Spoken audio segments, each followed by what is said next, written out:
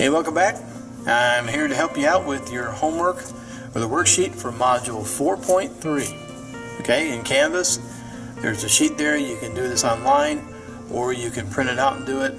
Or if you're here at the school, of course, you can ask for a hard copy. But either way, no matter which technique, I'd appreciate it if you would scan it, take a picture of it, nice picture, and then upload it into Canvas so that I can grade it. And it'll keep a digital copy there forever for you. All right, what we're going to do here is, on the last lesson, we already went over ionic, and in the most current lesson, we talked about what covalent and metallic bonds are. Okay? And what we're going to do here is, I'm going to give you all these chemical compounds, and I want you to tell me whether they're ionic bonds, covalent bonds, or metallic bonds. Okay? So, without going into too much detail, because of course you should have looked over the instruction video, but basically if you have a metal plus a non-metal, you get an ionic bond. If you do a non-metal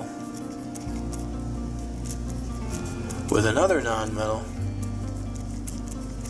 as we just said in the lesson, that is covalent. And of course, if you have a metal plus a metal, that is going to be a metallic bond. Or some people like to call that producing an alloy. Okay, but we need a metallic. So keep that in mind. So this is very, very simple. Once you get this going, it's a piece of cake. All you have to do is, like, look at this first one. This is lithium and bromine.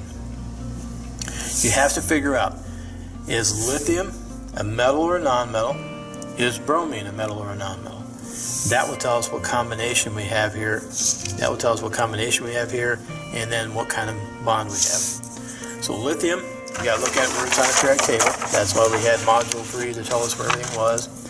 Lithium is on the left side. That makes it a metal. Okay, so we have a metal right here, and then bromine is over here on the far right, over here in the non-metal section. So that means you've got a metal plus a non-metal. So a metal plus a non-metal means you've got an ionic bond. So I just write in ionic right there. On number 2, you've got sulfur and you've got oxygen.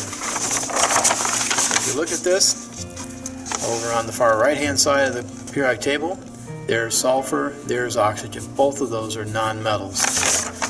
So if you have two non-metals, keep bumping the camera, sorry about that.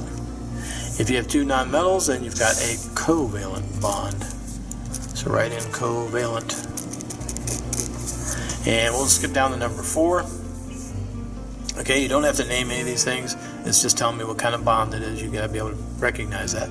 On this one here, you've got copper and zinc. If you look at your periodic table again, find out where copper and zinc is. Let's see, over here in the transition metals.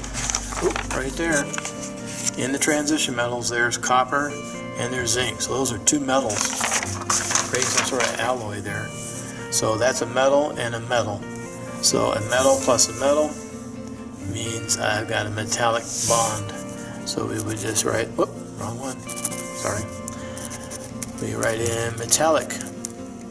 Okay, that's all you do for all of these. There's 20 problems. If you need any help, please shoot me an email.